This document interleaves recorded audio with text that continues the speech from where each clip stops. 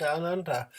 Uh, and just looking through all the material on the events last night with Trump seemingly getting cold feet about attacking Iran, uh, I found this. Well, I didn't find it. I was listening to the True News, who I'm really sort of warming to. They've got some really useful stuff, and they pointed to this article um, um, from the New York Times in April the 1st, 1986, which says documents detail Israeli missile deal with the Shah.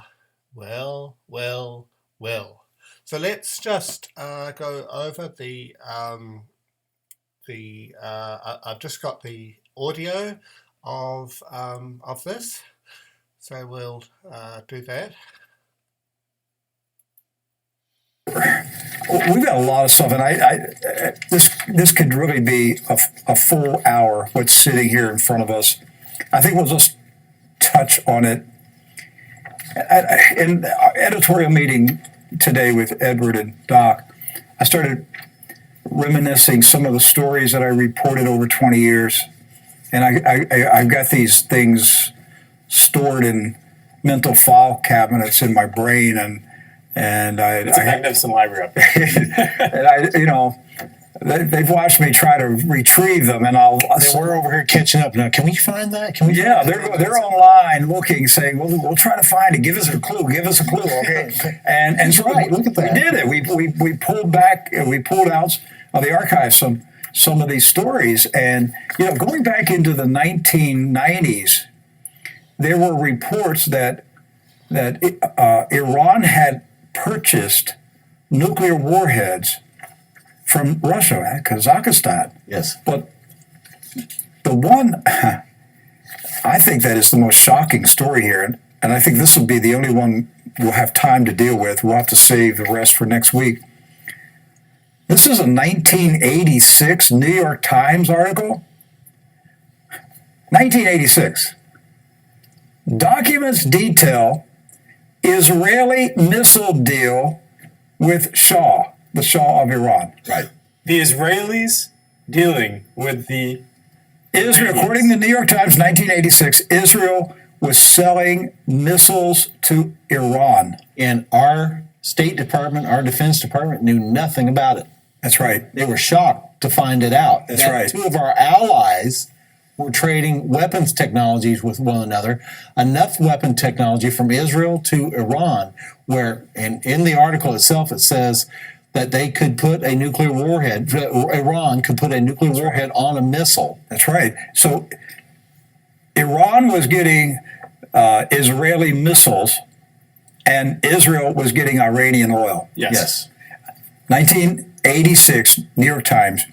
Before the fall of the Shah in 1979, Israel was involved in a multi-billion-dollar project to modify advanced surface-to-surface missiles for sale to Iran, according to documents said to have been left behind in Tehran by Israeli diplomats.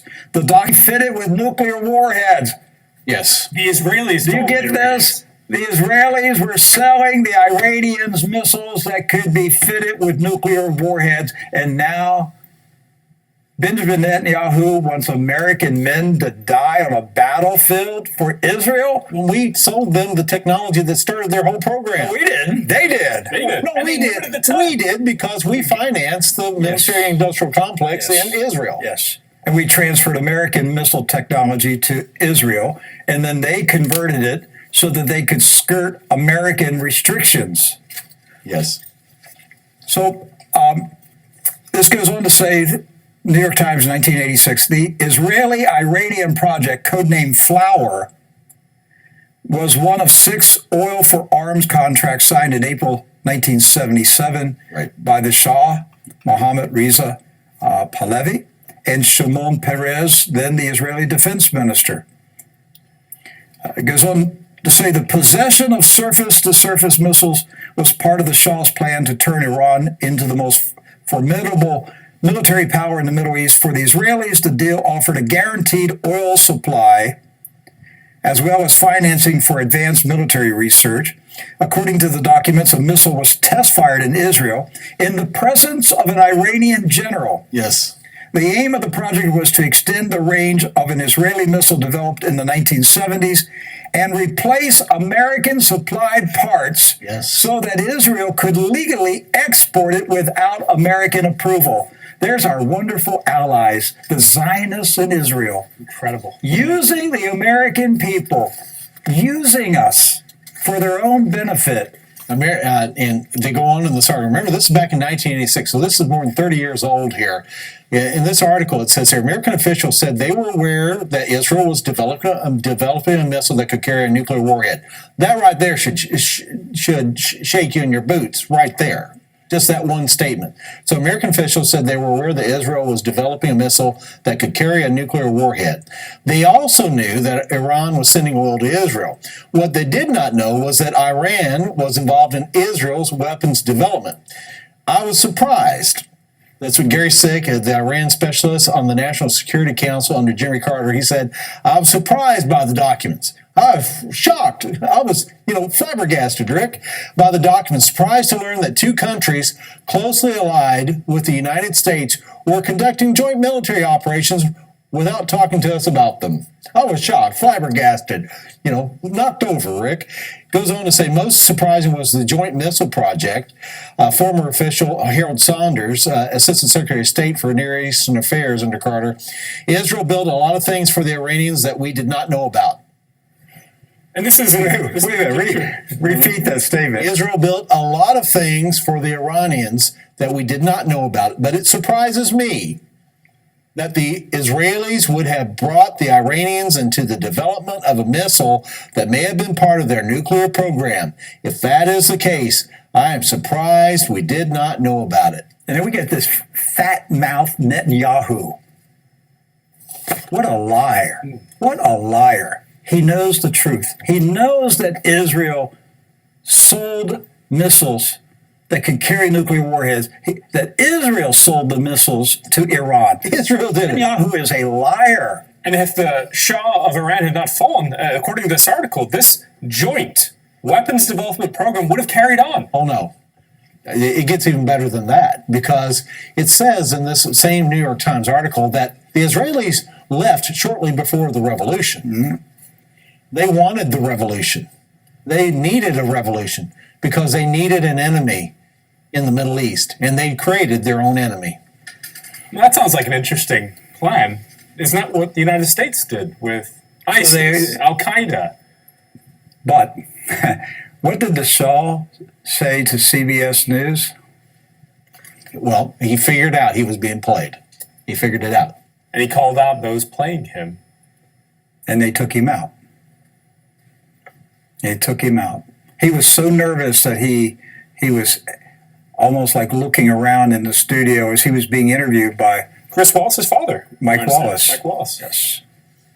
Well, there's so much more we could dig into this. I want to just hit a couple more, and then we'll save the rest of it for next week. The Flower Project involved the production of missiles with warheads weighing 750 kilograms, that's 1,650 pounds, with a range of up to 300 miles. They were to be shipped through a Swiss company to central Iran for assembling and testing. The books with the documents are on sale in Tehran. Now, this is in 1986. Remember Netanyahu showing how they went into Iran and they stole catalogs of CDs. I bet what they stole, they got these books back. They got their books back. That's what they got. They probably got these books back. Because he didn't want this narrative to come out again. Oh, my goodness. We just hit on something. Oh, no. Remember, we were going, wait a minute. Iran has all their nuclear secrets in a little metal shed warehouse. Binders. That's it. And binders. Without a security guard or anything like that. They were these old books. Oh, my goodness. He had to get them before somebody brought them out and put them on eBay.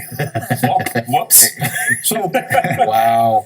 Well, So there we are. I'll just finish off just with a few minutes of the interview which I've found with the Shah of Iran, the one that they're referring to. So let's just have a look. I haven't even looked at this myself. Are you aware of a CIA psychological profile about you, sir? No, I must admit that it's the first time I hear that. Truly? Yes? What is it? Would you be interested in hearing what the CIA had to say? Yes, why not? Really? Yes, why not? I have your permission? Yes, sure. You won't send me to the Savak if I ask?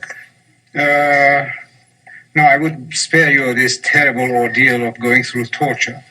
This secret study portrays the Shah as a brilliant but dangerous megalomaniac who is likely to pursue his own aims in disregard of U.S. interests. So how could I be your man, your agent, How do you mean?